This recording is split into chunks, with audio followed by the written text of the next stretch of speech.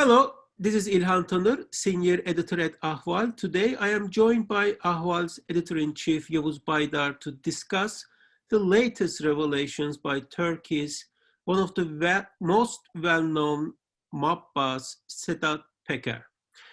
Welcome to the Hot Pursuit, Yavuz Baydar. Good to be with you, İlhan.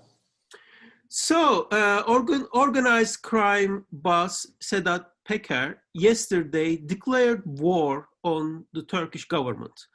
And today we have seen from Turkish reports, local Turkish media, that there is actually an arrest warrant issued on him. And today, just very recently on Thursday morning, he sent another tweet and promising more to come this Sunday with a new video. What do you make of these latest revelations and promises?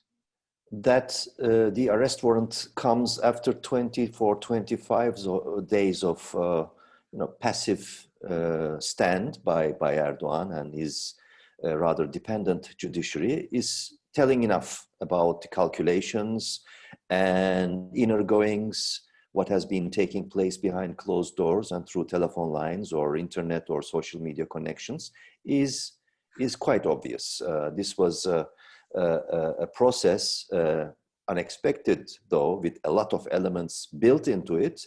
This process is quite murky from whichever vantage point you look at, and the arrest warrant just comes as a sort of a blip.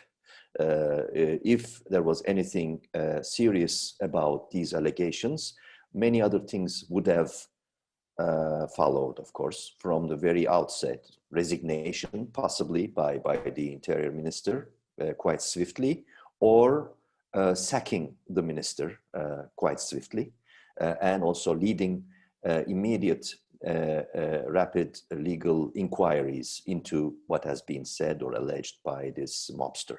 So it is a very strange situation. It continues to be bizarre from in many dimensions.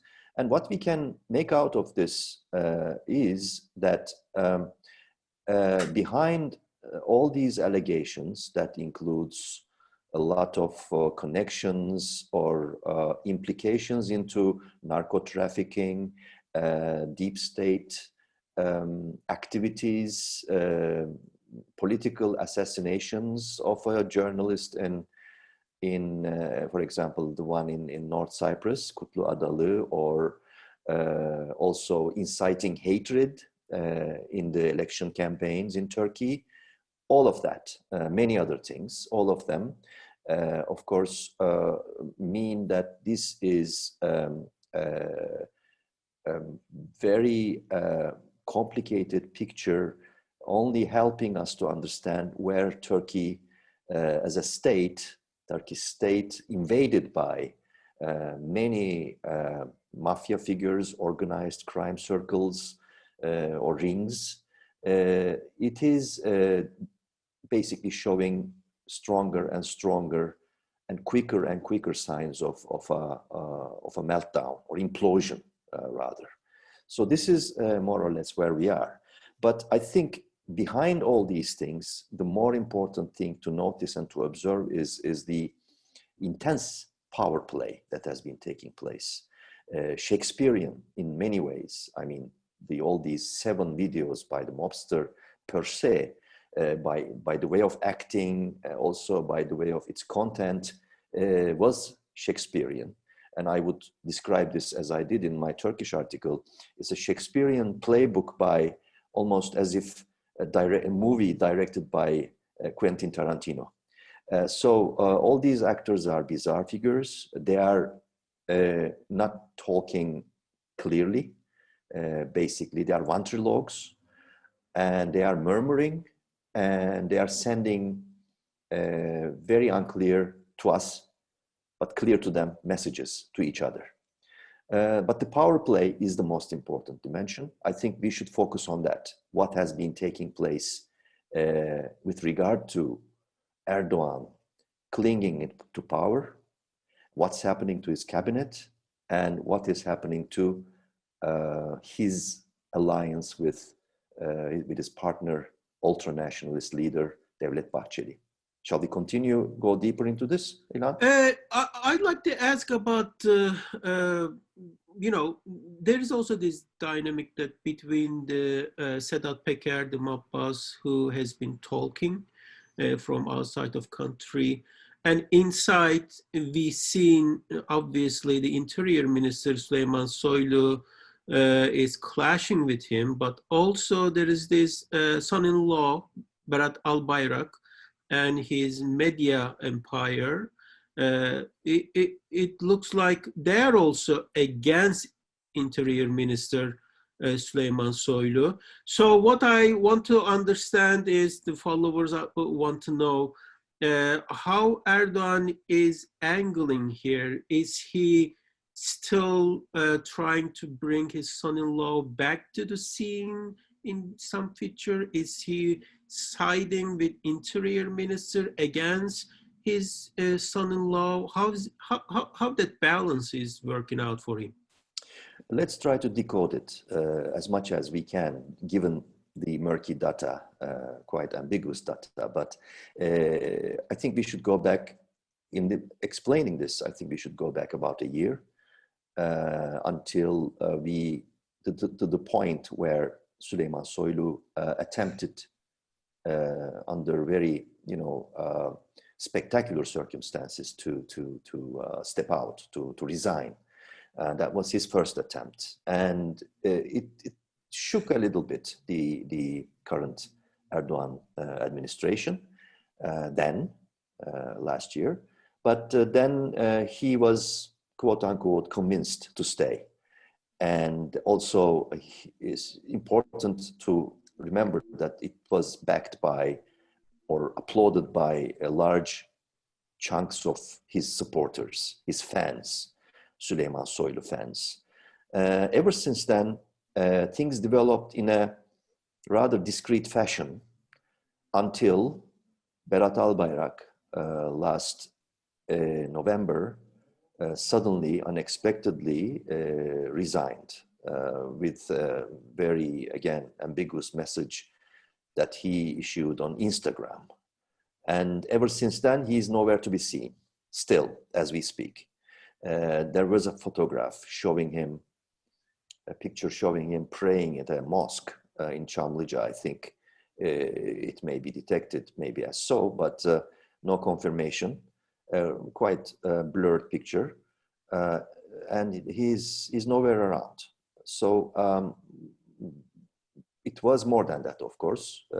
A powerful figure, unsuccessful, of course, as an economy minister, with a lot of allegations and accusations piling upon him for this mismanagement of the economy in a magnificent manner. He's out of the game, and Erdoğan, as we know, is a sort of a politically mafiatic figure. Is very keen on his family, and powerful autocrat, always protective of his family members. And he could not really show his muscles, flex his muscles after this resignation as he perhaps wished to.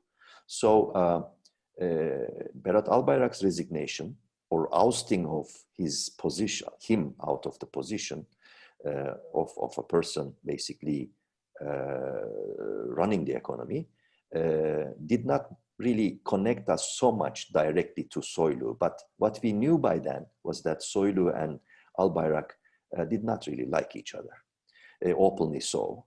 And there was a growing sort of rift between these two figures. It was also shown in a couple of videos. But more than that, I think it showed now, as we speak, after all these video allegations and implications, that Soylu, having gained a lot of confidence after the backing after his resignation, continued to move, gaining more and more influence in what may be called a turf war within the power circles, backed by his mentor, Mehmet Ağar, a former interior minister, a figure always linked with the so-called deep state or shadow state of Turkey during the 1990s, which was marked by a lot of series of summary executions and disappearings and burning of the Kurdish villages and dirty war, etc. And this constellation that now is becoming more and more clear between Soylu, Ağar, and also the old gang that was pictured snapshots between with their Mehmet Ağar, like Korkut Eken or some other figures, Engin Alan, also also ultra-nationalistic, rather murky figure, with the addition of Alaaddin Çakıcı, a fierce enemy of Sedat Peker, who is releasing the videos.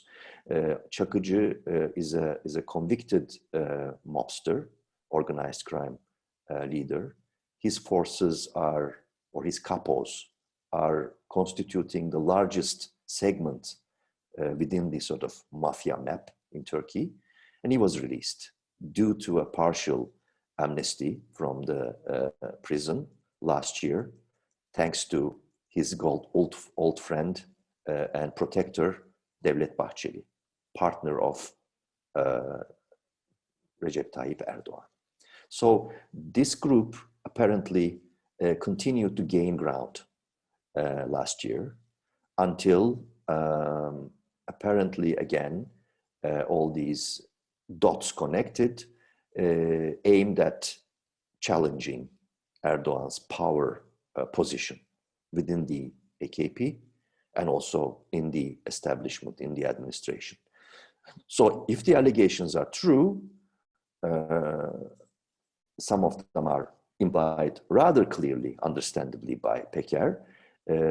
Soylu was instrumental in plotting a scenario in which he would be backed by certain group of AKP figures, including or maybe topped by the son of Mehmet Ağar, Tolga Ağar, who is also an AKP deputy, and rise, and maybe to a point where this rise will be unstoppable.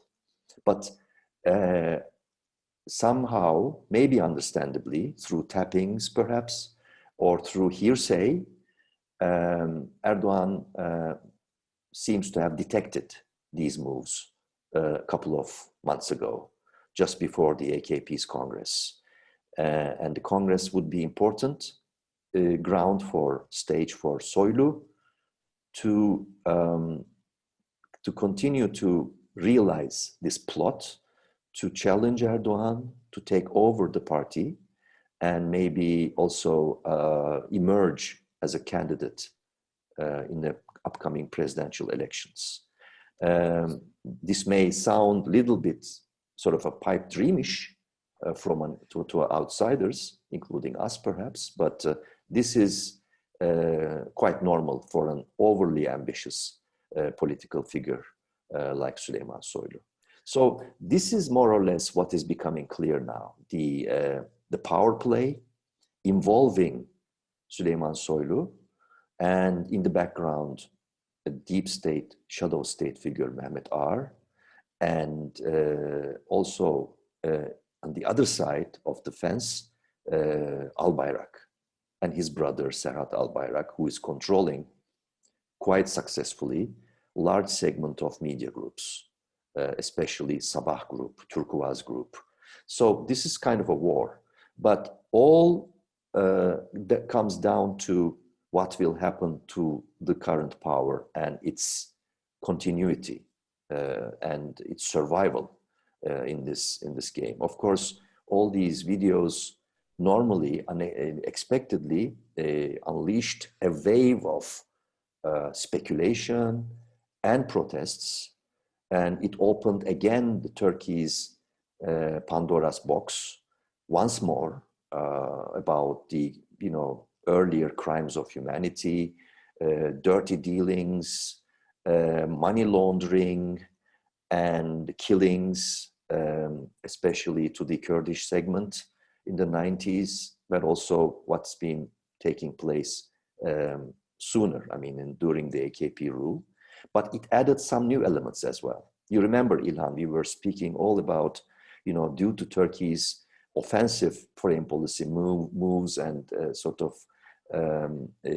disarray regarding, institutions in Ankara, such as foreign ministry, kind of, speculations that became more and more prominent, such as the term rock state, such as the, term autocracy, etc. Now, due to the allegations, we are also speaking about narco trafficking, linking Soylu and R and certain other figures, bringing to the fore the port of Izmir as the destination from Venezuela and Colombia, and huge amounts of drugs, especially cocaine, but also some other chemical substances as well, like Captagon, which is the main driving fuel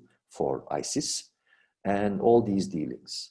So also we are speaking about Yalıkavak Marina in Bodrum, whose real owner, we still do not know, unable to detect.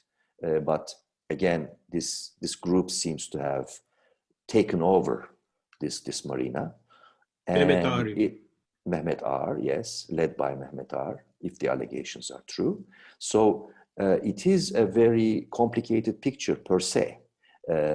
And people, the actors involved, accused or accusers, are still speaking and in murmuring terms, threatening each other of speaking out more, and the others are in defense, but throwing the ball to the, whichever court they see. It is a complicated picture. But again, this brings us back to the power play. How will it play out in the continuity and survival of the current administration, the government of Turkey? So I think it's still early till we know exactly how much more Sedat Peker, the mob boss from outside of Turkey, and what kind of other secrets he is going to spill. And I think we'll take it as these revelations will come out. But my final question would be, Süleyman Soylu, the Interior Minister, especially in recent years, inside and outside of Turkey, been discussed as one of the, the future leaders after Erdoğan, and the rival was Berat Albayrak. After these revelations and Peker's accusations and attacks target him and continues to target him, and Erdoğan came out yesterday protecting him. Why Erdoğan wanted to protect him first, and the second, is Soylu more powerful than before right now, or he lost some power? If I have to give a very short answer, I would say, as of today, the loser is Süleyman Soylu, and the primary winner is Erdoğan. Secondary winner following him is Bahçeli, but the joker, the sort of unknown element, is still the mobster Sedat Peker. This is the short answer. Erdoğan came out winning, that is, or more and more in control. His silence paid well. His silence for about 3 weeks now, or more than 3 weeks, seems to have paid well. But to explain this,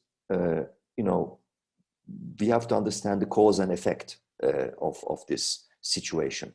The cause is important because what we are seeing in terms of release after release of these videos or all these allegations and the vortex that we see in North Cyprus and also in Turkey involving Turkey's weak and disarrayed opposition, I think the cause is very clear. The reform process, which continued somewhat between 2002 and 2007, more or less, with the European Union accession process in sight, collapsed. And before that, Turkey had this nightmarish 1990s. Even before the nightmarish 1990s, Turkey had been desperately struggling to shake off the military dictated constitution from 1980, which was unsuccessful.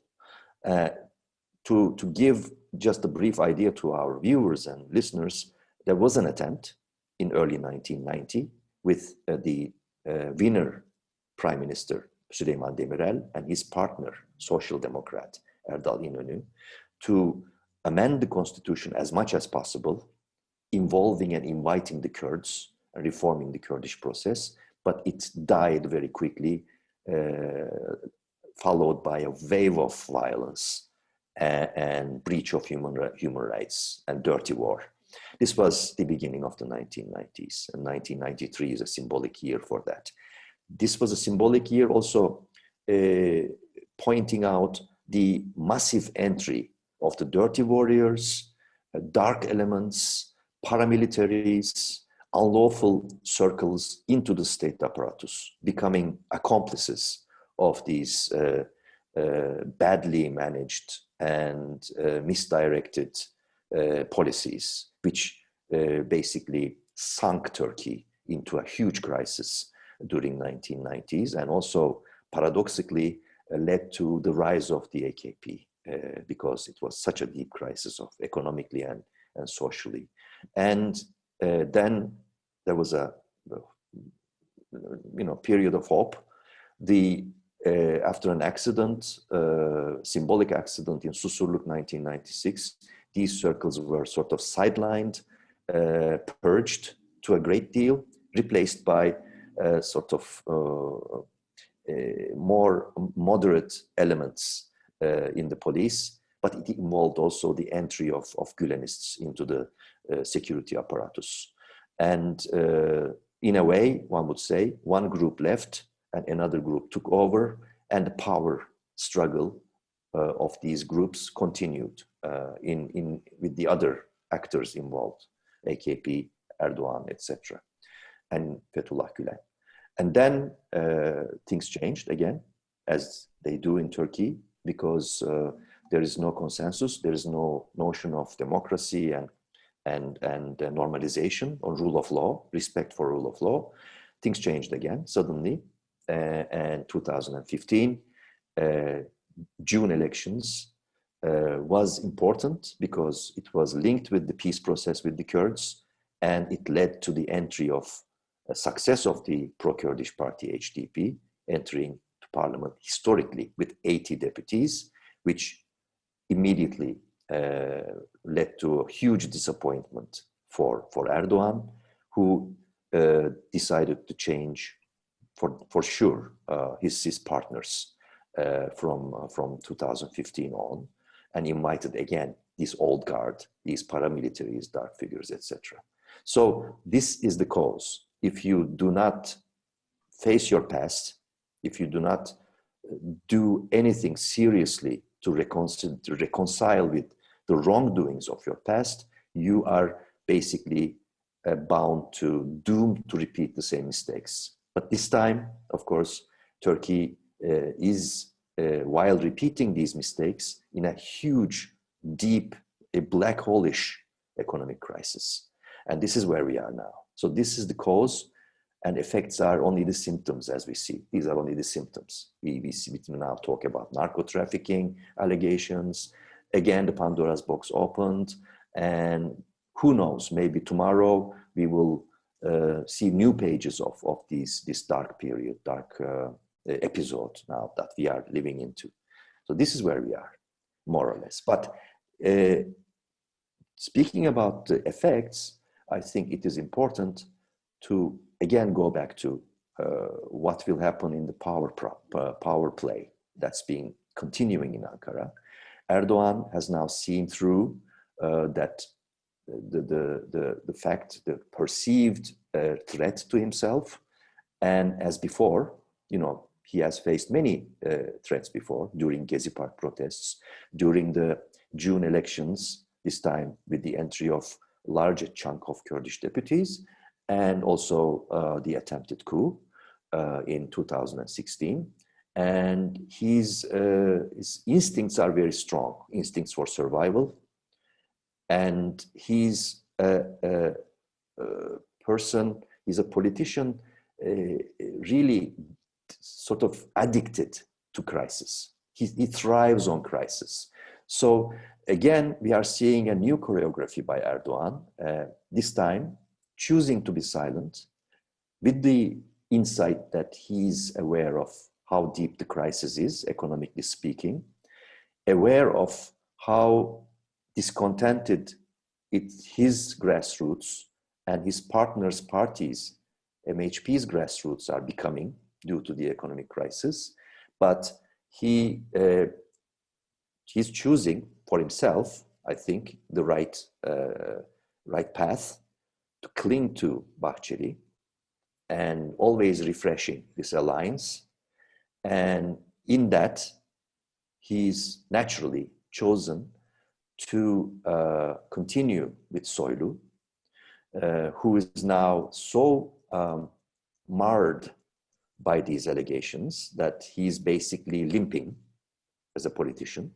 He has learned his lesson, quote unquote, and he would not be able to do anything outside the knowledge of Erdoğan anymore. So he's like a half-dead politician whose future is, his ambitions are sort of sunk, and whose future is very unknown. So what we will expect that Erdoğan is shaken, yes, but not stirred. And all the indications and messages that he's been giving is that he's going to double down, and he's going to be much harder, promising a much tougher period ahead. No matter what, he is determined to continue to keep and cling to power together with his partner in destiny, brother in arm, Bahçeli, no matter what, and using all the instruments to bash whatever remains of the opposition. So we should not be surprised as some more revelations come. There will be more and more lawlessness, more and more indifference to the opposition or tiny parts of the sort of critical media calls for inquiries, etc., but preparing the ground for sort of quasi-elections to stay in power. This is what I think what we should read into this. It may be a little bit long to explain, but as complicated as the picture is, I think it requires such an explanation. Okay, and by the way, Sedat Peker, the mob boss, is still promising to give more videos for this Sunday. And yesterday, on May 26, he also indicated perhaps he's now turning against President Erdoğan. It was not fully clear, but he gave some indications that he might start attacking directly Erdoğan. We will see if that will happen this Sunday, but certainly a lot of people in Ankara should be scared of what might come out. So far, Peker, I think, is meeting with expectations. He delivers very important revelations, that he also confesses that he was a partner in crime. So that makes it even more important, I think, and brings more credibility. Even though he's a mob boss, he says he's confessing the crimes that he was partner, or his brother confessed the other day that he was part of the assassination plot against the journalist in Cyprus. That's it for now, right. I think. No, I think yes. we should add what you're saying is important. That we should also shed light on this. What works in favor of Erdoğan and his partner Bahçeli, indirectly, of course, is the memory and experience Erdoğan has from past challenges, but also currently the crippled state of Turkish media and disarrayed state of Turkish opposition.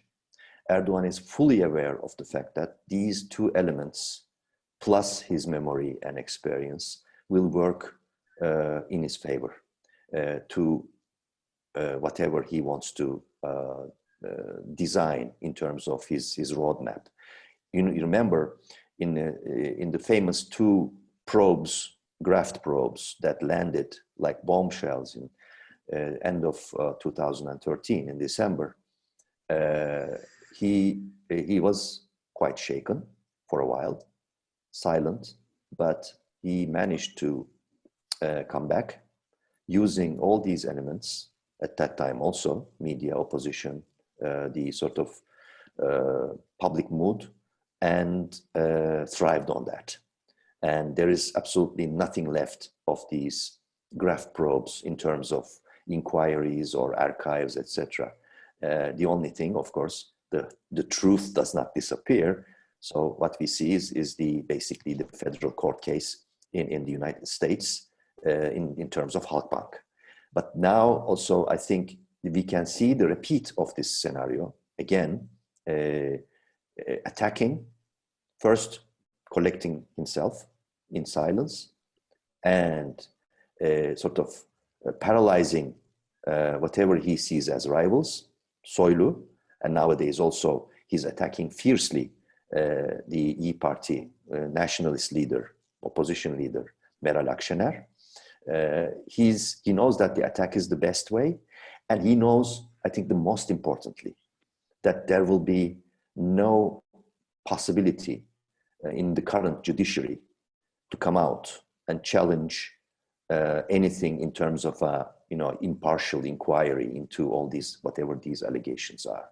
We see now already that the Sedat Peker, the mobster, is now chosen to be declared as the public enemy, quote unquote. And from then on, using his media structures, he will continue to attack that, and also probably will change the agenda in due time. Not in the long term, I think quite soon.